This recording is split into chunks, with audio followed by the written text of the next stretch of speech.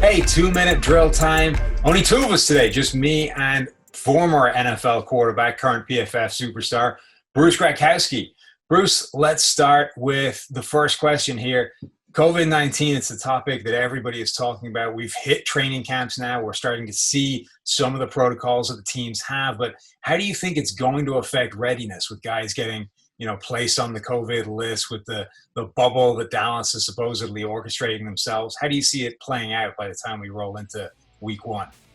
It's definitely going to hurt, but Sam, does it really matter? I mean, at the end of the day, the NFL just needs to get a season in, and they need to just get it started. I mean, all the money out there, college football, a few conferences starting to cancel or postpone.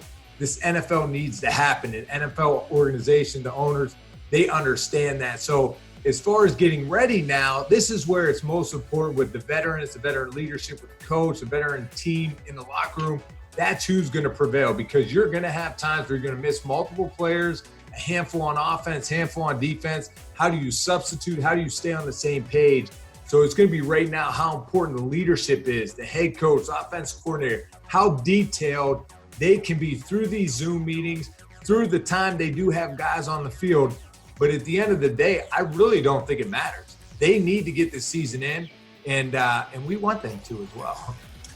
Yeah, absolutely. I mean, big picture wise, I think the closest analog we have is that 2011 season, right, with the lockout issues. And the thing that we saw there is that offenses were the things that hit the ground running. It took defense a little while to get everyone in the right gap, to get everyone on the same page, to stop making coverage busts on the back end. But offenses were the ones that hit the ground running. And if we see that happen again this year, I think it bodes really well for a team like the Pittsburgh Steelers, because they haven't changed anybody on defense. It's the same group. The only change they've made was, they lost Javon Hargrave to free agency, but they're replacing him with Stephon Tuitt coming back from injury. So that's like the most stable unit in the NFL. The Steelers could look like the 85 Bears for the first couple of weeks. And then the only other thing is it depends who goes down, right? Who ends up missing time with COVID. Obviously, the entire landscape changes if a guy like Lamar Jackson or Patrick Mahomes is suddenly on the COVID list and can't play. And I was a part of that 2011 lockout. I just signed with the Bengals. Andy Dalton just got drafted. Now, Andy Dalton and the Bengals, though, they were having some separate OTAs with the team. I wasn't involved because I was a free agent. So it did, I was a step behind going in, learning Jay Gruden's offense. So it's very tough for new head coaches, new acquisitions, young rookies coming in. So we'll see what happens. But on the flip side, Sam, they got to have good play callers, right? So who is your top play caller in the league right now? Yeah, Eric Eager wrote this fascinating article using all the R&D data, basically trying to quantify some of the work that these coaches have done.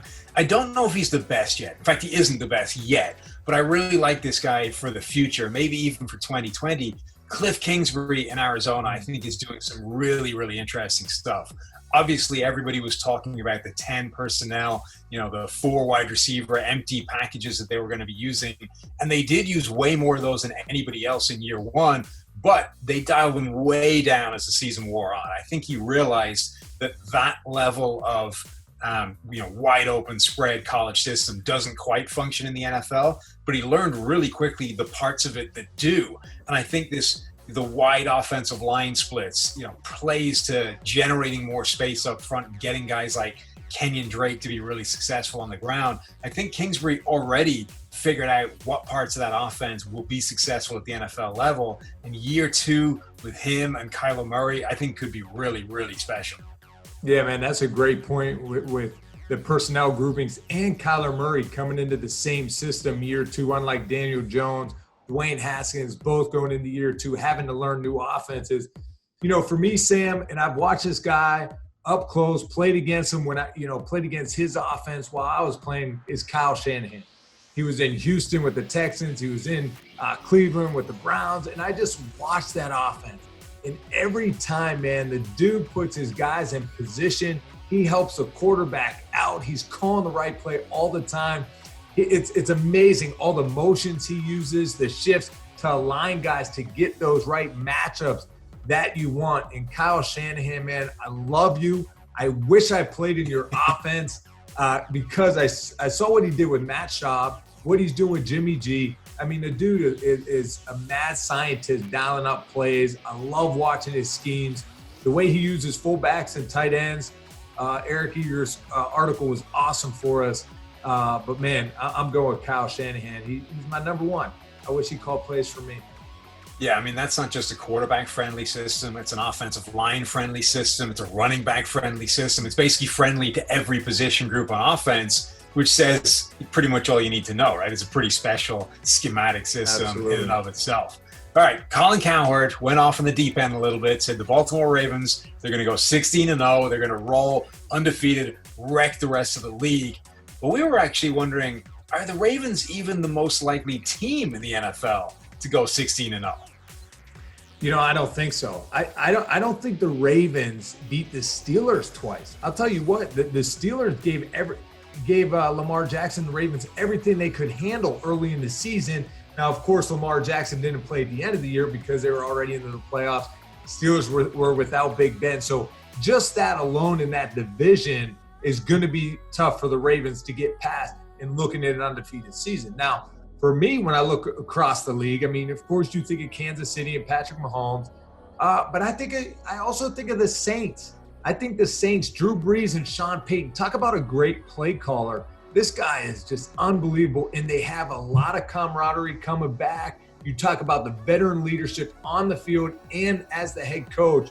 The only thing, and it was between two teams that's funny, is Tampa Bay and the Saints, and they play each other twice. And Tom Brady has done it before already, going undefeated in a regular season when he was with New England, only 8th team ever in the NFL to do it. So it's hard for me to go against Brady, but honestly, I was going to pick Brady or Drew Brees to go undefeated. I'm going with the Saints. Yeah, I mean, I think that's the tough thing for those guys is that that's a rough division. You know, the Saints, the Bucks, even the Falcons will still be pretty good. That's a tough division to end up with an undefeated season from, just because you're going to lose at least one or two to the other teams within the division. I think you make a good point. The Steelers are going to be tough this year. I already talked about how good I think their defense will be. If Ben Roethlisberger is anywhere compared with what he used to be, the offense will be good as well. They're going to give the Ravens everything they can handle. On the other hand, the Ravens do have the easiest strength of schedule in the NFL, according to PFF's data. So I think they may have one of the best rosters in the NFL. They have a singularly unique talent in Lamar Jackson, and they have the easiest strength of schedule in the league. Look, I don't think anybody's going 16-0, but I don't think it's crazy to say that the Ravens are going to be, arguably the best team in the NFL again because of that. You want to get rid of me and get back to more great PFF YouTube content? All you have to do is push that button right there and subscribe. Thanks for watching.